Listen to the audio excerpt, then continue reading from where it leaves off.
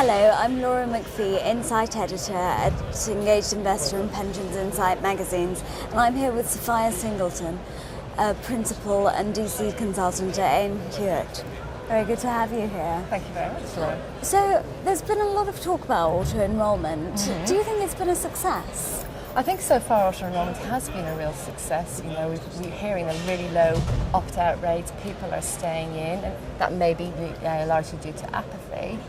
Mm-hmm. So far, so good, but I think we've got to be very careful we don't rest on our laurels, because it's what's really going to make DC a success is if people save enough into their DC pots, and at the moment that's the real sort of issue, I think, is around people saving enough money into their pensions. Mm-hmm. And at 2%, that's just not going to be enough.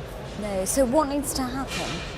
So the way to solve this, a lot of people think, oh, I'm now in a pension scheme, great, tick, I've done the job, I've sorted that one out. And actually they haven't. They need to be thinking and engaging with their scheme and understanding what it is they aspire to when they retire and how much they need to pay into the scheme when they do retire.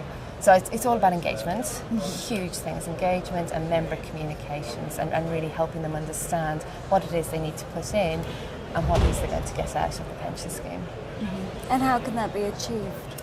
Well, exactly what I've said in the sense. There's two parts to this, is understanding what you can put in. And actually I think for people, the here and now is so important. So if you've got matching contributions from your employer, with your matching contributions, your tax and NI savings, you could be, your 1% contribution could actually, turn into a 200 to 300% return on that contribution. So understanding that there's free money, you can say that, from your employer and from the government, that you'd be missing out if you don't pay. So that's a huge thing. So what you pay in, you actually can get an immediate return.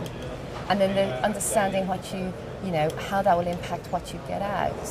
So I've done a scenario where we've got average contributions from a survey we've done is about 11% total contributions for employees. Mm-hmm. And when you model that for a 35-year-old, paying 11% into their pot, they might come out with a pension of about 22% of their pay at retirement.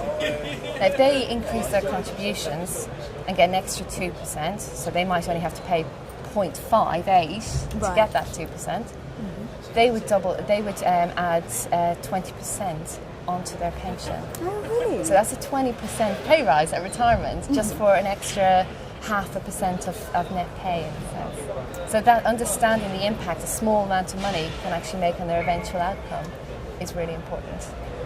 Well, thank you very much for that, Sophia. No problem.